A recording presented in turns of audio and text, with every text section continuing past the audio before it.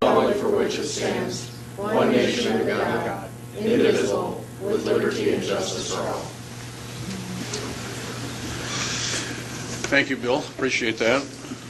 Reminder to silence your cell phones, and meeting documents are next to Mr. Kelly. And if you need a listening device, Robert can help you with that. With that, we'll begin routine business. Item 1 is consider a motion to approve the agenda. So moved. Second. Motion and a second to approve the agenda. Is there any changes or corrections? No amendments. Those in favor say aye. Aye. Opposed, nay. Motion unanimously passes. Item 2 is to approve the County Commission minutes of November 5th, 2013. Move approval. Second. We have a motion and a second to approve the minutes. Is there any changes or corrections? If not, those in favor say aye. Aye. Opposed, nay. Motion unanimously passes. Item 3 are bills to be paid in the amount of $283,564.49. Pay the bills? Second. Motion and a second to pay the bills as stated. Those in favor say aye. Aye. Opposed, nay. Motion unanimously passes. Item 4 are reports. The Minnehaha County Sheriff's Department report for October 2013, the Minnehaha County Human Services report for October 2013, and the Minnehaha County Regional Juvenile Detention Center report as of October 2013. They've all been received and are on file in the auditor's office. Item 5 is to approve personnel actions. Is there a motion to approve personnel action? So moved. Is there a second? Second. Motion and a second to approve personnel action. Any questions? Mr. Chairman, I'm going to abstain on this vote. Okay, thank you, Mr. Barth. Mr. Barth's going to abstain. Any other comments? If not, those in favor of approving personnel actions, say aye. Aye. Those opposed? We have 4 yeses and 1 abstention. There are no applications for abatement today. Next item are notices and requests. Item A is to authorize the auditor to publish a notice to bidders for the purchase of 1 mobile morgue trailer for mass fatality events. Lynn, would you like to make any comments about that? Sure, Commissioners. As you know, the County Coroner's Office, Dr. Ken Snell and myself have been working all year on developing a mass fatalities plan in conjunction with the state of South Dakota and other stakeholders around our area. Earlier in the year, you authorized submission and receipt of a $50,000 grant. Since then, Dr. Snell and I have been working along with some other folks on putting together the specs that you see and that will be published for 1 mobile morgue trailer. Obviously, we hope it doesn't have to be used, but with Minnehaha County having the only forensic pathologist, medical examiner in the county, we've been working with the state to make this happen. Should and if an event like this happens within eastern South Dakota or the greater region within our area. So I would request the Commission to authorize the auditor to publish, and we'll accept bids for the next 30 days, and then we'll bring it back for final approval after the proper time is passed. Thank you, Lynn. Any questions for Lynn? Is there a motion? So moved. Second. Move to publish. We have a motion and a second to approve the publishing of a bid Notice. of publisher to Request. publish the notice for bidders to purchase 1 mobile morgue trailer for mass fatality events. Any I other should have said comments? that as my motion, I'm sorry. No, I should have read it. My problem. Any comments? If Mr. not, Chairman? Mr. I Barth? just would say that, we'll have situations where a smaller town might be destroyed to the point that their local mortuary is destroyed, or it may be that there'll be a murderous incident of some type, the mass casualties that they need to do autopsies on site. And this isn't just a refrigeration truck. This is to allow for embalming. It's to allow for autopsies, as I understand it. Is that? Yeah, correct.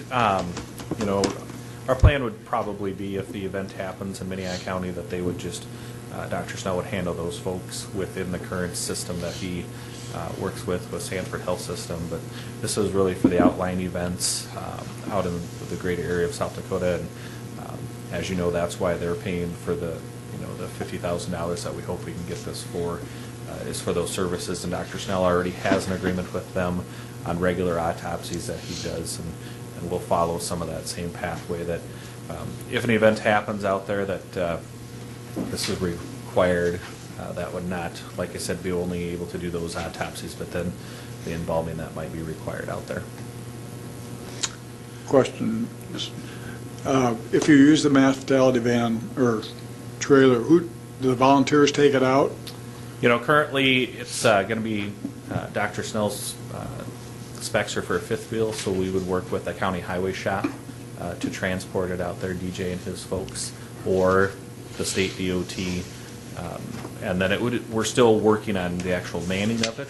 Some of that is dependent on caseload, unfortunately, and some of those other things. But it's going to be a group effort if and when this happens. Well, outside of Minnehaha County, will we incur expenses, or will they be reimbursed? Or the intent is that Dr. Snell would bill for those expenses the same as he currently bills for expenses if he does an autopsy out of Davison County or Hyde County or any one of those counties. But if the highway department has to provide staff, or that would all be rolled in similar to what he does now. Oh, okay. Any other questions for Lynn?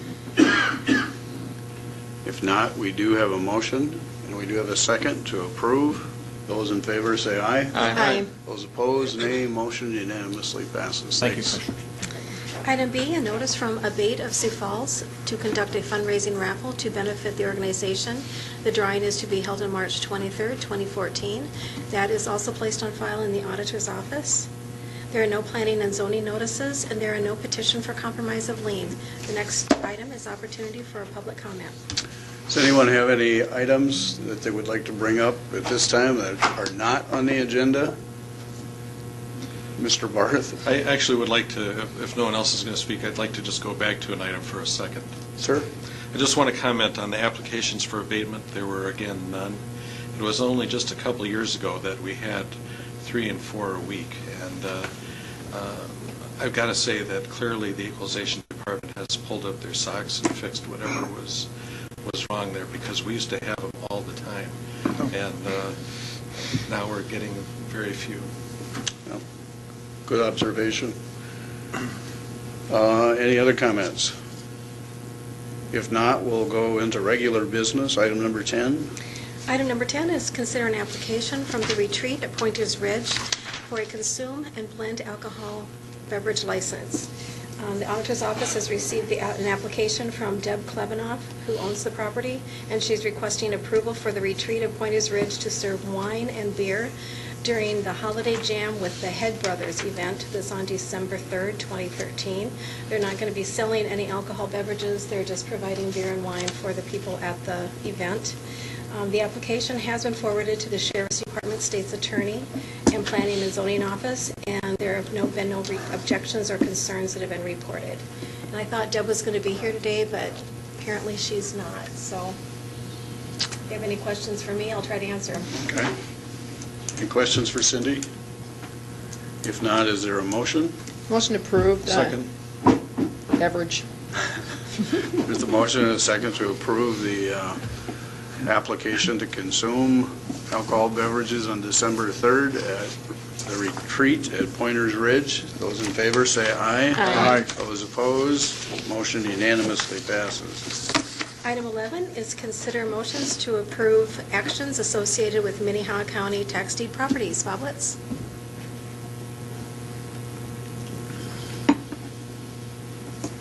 Morning, Commission. Bob Litz with the Auditor's Office, and I'd like to talk to you about the tax deed properties that were delayed from the previous action that we took. The Appraisal Board met again on Thursday, October 31st, 2013, and did a physical survey of the remaining properties taken by tax deed. They recommended the following. RDIDs be declared surplus and donated to the City of Sioux Falls for drainage inventory. 66872, 79670, 79671, 79672, 79945, 80226, 80227, 80746, 82022, 82091, 82092, and 82191. It's also recommended that RDID 82484 be given to a property owner whose lot surrounds the parcel. Today, the action requested is to accept the report of the Appraisal Board, declare all the parcels as surplus, and approve the disposal of all the properties as recommended. for your consideration. Does anyone have any questions or for Mr. Litz? Mr. Barth? You know, on the property 80746, it's got a assessed value of something, and yet we're planning on giving it to the city. I see there's quite a few judgments against the apparently the former owner, but if it has a chance of recouping some thousands of dollars, why wouldn't we want to sell it? Well, Commissioner and Dick and Cindy asked about that particular property last week, and that's why I put those things on there. The previous owners had tried to build a house out there for about a dozen years, and the neighbors to the east all objected to the way they were going to put the house on the property. It probably rolls off from the curbside. You've got about 6 or 7 feet that sidewalk would be okay on. Then from that, you've got a 26 or a 27-degree angle down the hill. Very expensive lot to build. I think that when they bought it, they probably didn't anticipate all the expenses that it would take for the over-digging and probably the bridging on the foundation for putting a property on there. And it's just not a suitable property for building on. So while it might have a high value listed on there, it would be my observation and the people on the Board of Appraisal that the lot simply is not buildable, and it should be. And today it is drainage, and it's functioning as such. So I don't know if that answers your question or not, but it's just not a practical lot, Commissioner. It looks good from the air, it looks good on paper, but once you get there and look over the edge, it's not. I also did contact the neighbor that is to the west of that and inquired to him if he was interested in it, and he said he would much rather have the city take that lot over than him. So. Mr. Kelly? So, tell me again, what happens to the liens? Well, if the city gets it, it's their practice that they hire an attorney to get these liens and these actions taken off the property and put onto the individual. I think we had some conversation a couple weeks ago or whatever that the board met, but they didn't do a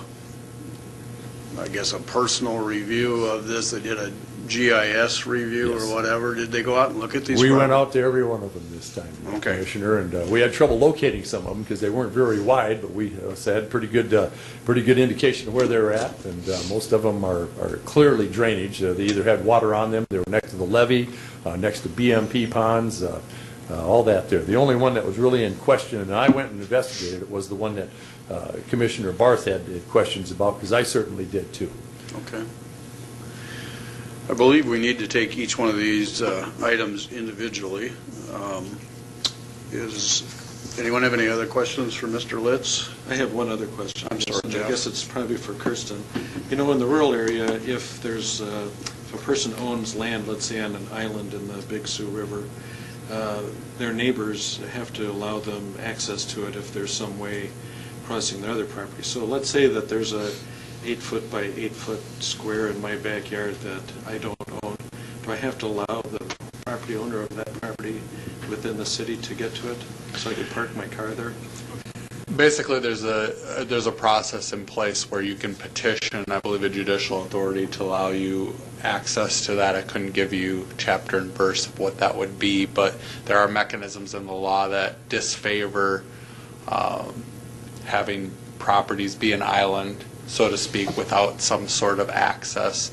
Also, when lots are parceled out, generally it's disfavored to even create those in the first place, and that's usually the first line of defense in that ever happening. But if it does, there are provisions in place where you can petition for some sort of easement or right to access. So, Thanks. Any other questions? If not, let's do item A, which is to accept the report of the surplus property by the appraisal board. Motion to accept the report. Second. A motion and a second to accept the report. Those in favor say aye. Aye. Those opposed, motion passes unanimously. Item B is, I'm not going to read all those numbers, to declare the surplus and authorize a transfer. Motion to approve. Second. A motion and a second to declare the surplus and the authorized transfer to the city of Sioux Falls. Those in favor say aye. Aye. Those opposed, motion unanimously passes. And then item C is to declare property 82484 as surplus and transfer to the adjacent property owner. Motion to approve? Second. Motion and a second. Those in favor say aye. Aye. Those opposed, motion unanimously passes. That's your break for today, Cindy. You have to read it. We will get these properties transferred to the proper owners. Thanks, Bob. Item 12 is to authorize the chairman to sign 2014 lease agreements between Minnehaha County and the Sioux Valley Genealogical Society and Minnehaha County Historical Society for office space in the Old Courthouse Museum. Bill Hoskins. Good morning. Bill Hoskins, Director of the Siouxland Heritage Museum. These are annual leases between the Sioux Valley Genealogical Society, which occupies about 600 square feet on the second floor of the Old Courthouse Museum, and Minnehaha County, and also a lease between the Minnehaha County Historical Society and Minnehaha County for about 330 square feet that they occupy both on first and second floor. These are annual leases. We've been doing leases since I think about 2001. The space is being provided to those societies for free. It does require, I believe, under state law, a unanimous vote of the commission to provide space free for those organizations. Thank you, Bill. Anyone have any questions for Bill? Is there a motion? There is a motion And the motion is? to allow these leases. Okay. Is there a second? Second. We have a motion and a second to approve the lease. Any other comments? If not, those in favor say aye. Aye. Those opposed, motion unanimously passes. Thank you. Item 13 is Minnehaha County Commissioner Liaison Reports. Does anyone have any liaison reports this morning? Just have one. Commissioner I'll let you Heiberger? do the other one. And that was, I met with Highway Department this last week, and they are going to rent some storage to put some of their summer equipment inside, just locking space out there on their own property. And then when summer rolls around, they'll be taking that out and putting some of our more expensive winter equipment into that same storage unit. So. Okay. Any other liaison? Commissioner Barth? I'm going to have more than one thing to say. Cindy and I both attended an event at the Falls Overlook Cafe the other day talking about housing in Sioux Falls. It was really a well-done event. It had some slight media coverage. I thought that our own Carol Muller was absolutely brilliant in her presentation, talking about the issues that where Minnehaha County steps in to help. We also had Dr. Celeste Uthi-Burrow from the Sioux Falls School District talking about homeless students and homelessness and how they calculate it. I think they indicated they had 864 homeless students in Sioux Falls schools, and that included about 50 or 60 who actually were on their own, and not staying at grandma's house, but actually living somewhere each day, hand to mouth, on their own. And then we had a person with the federal government working with the health department, the city health department, Vanessa Sweeney, also did a credible job. I really think it probably would be it would be good for us to listen to the woman from the school district and the one from who's working with the health department. Darren Smith did a reasonable presentation as well, talking about the city's efforts, which they're diverse, if nothing else. Anyway, that was really an interesting event. I had to leave before the end in order to attend the museum board meeting. But Cindy, do you have any other?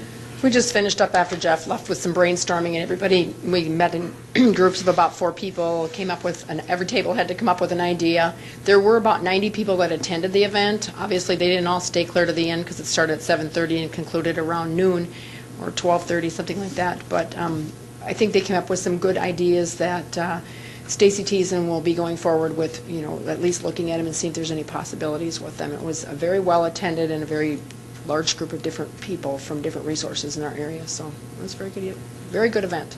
And on a related issue, you may have seen that the Salvation Army is opening their warming center a little later, and as cold weather has hit a little earlier, and so I'm not sure exactly where things are with that, but clearly it's got to be a challenge for those people who have no indoor place to stay. Commissioner Kelly. Gerald and I attended a meeting Saturday morning at the chamber. The governor had called, and the governor and 6 of his staff members, Dusty Johnson and Pat Costello, all these people, purpose to, and I'm going to let Gerald expound on it because I don't remember things like he does, but the purpose basically was the state was coming down here saying they asked one question primarily. First, Development Foundation gave an overview of what's been going on, and there's a lot, and they talked about that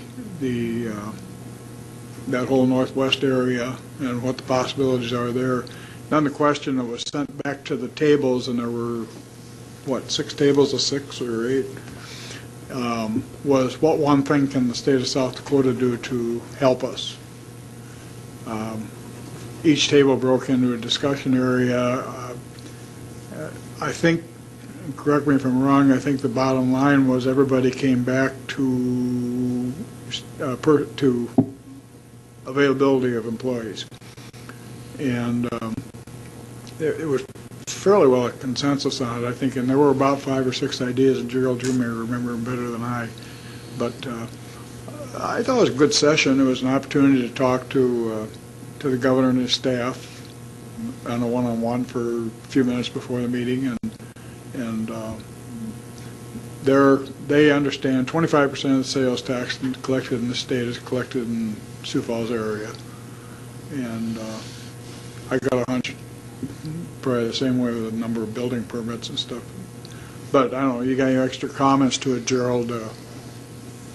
I think it was just a kickoff to discuss, frankly, the economic development not only here, but to bring that to the whole state to try to support some of the things that Sioux Falls has done and would be willing to consider in other locations, and that the ideas that were presented will be brought back to the group at some point when they're prioritized, and how they get funded, that's a legislative issue. So at this point, I think it's just a working document and a conversation that was to begin the conversation for next year's legislative session. So I don't think there's any firm plans at this point other than the brainstorming that was done. It was a good opportunity for the governor to hear directly from the people down here as to what affects them, what their needs are. Interestingly, on the at least my opinion is on the employment, getting people in, getting workers in. The state has to be careful because they work for the whole state, and we're stealing a lot of workers out of the rest of the state. So, it's difficult for them to help us from that standpoint. Getting them from out of state, getting people to move in that have technical skills particularly is important. But there's some conflicts there, but the state now understands what we need down here. And there is also one of the concerns is that there are no big, like 100,000 square foot buildings available that are built on a spec basis. And part of that problem is that it takes 3 to 5 years to fill a spec building normally, if you've got a big building like that. Nobody wants to carry it. I suggested to our group that perhaps we look at possibility of tax abatement until they're occupied, and instead of getting them into TIFs and stuff, the day they become occupied or rented, that then the taxes kick in, and then you've got some incentive to an investor, because the building really doesn't cost us anything until you start employing people in it and everything else. So I don't know, it's one of the things I hope they'll look at. Any other new business, Jeff? Just want to comment that a fellow Greg Spindler is coming to town. He's going to speak at our breakfast on Thursday morning at the Hy-Vee on South Minnesota.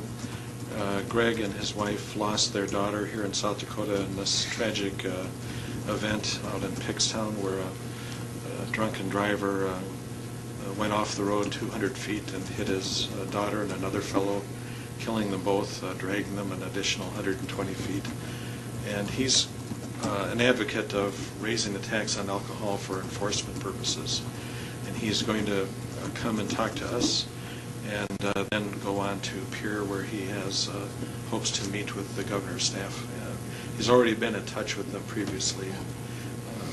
He's making this his mission at this point, and I think it would be an interesting day to be at breakfast. Mm-hmm. Very good. Any other new business, Commissioner? Well, no. If not, we'll go to old business. Does anyone have any old business? Mr. Chair? I think John was first.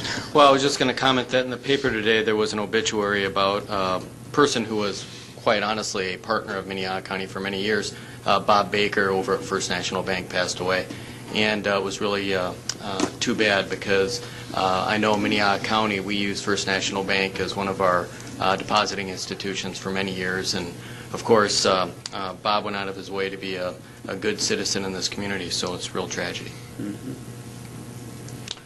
Very much so. Any other comments?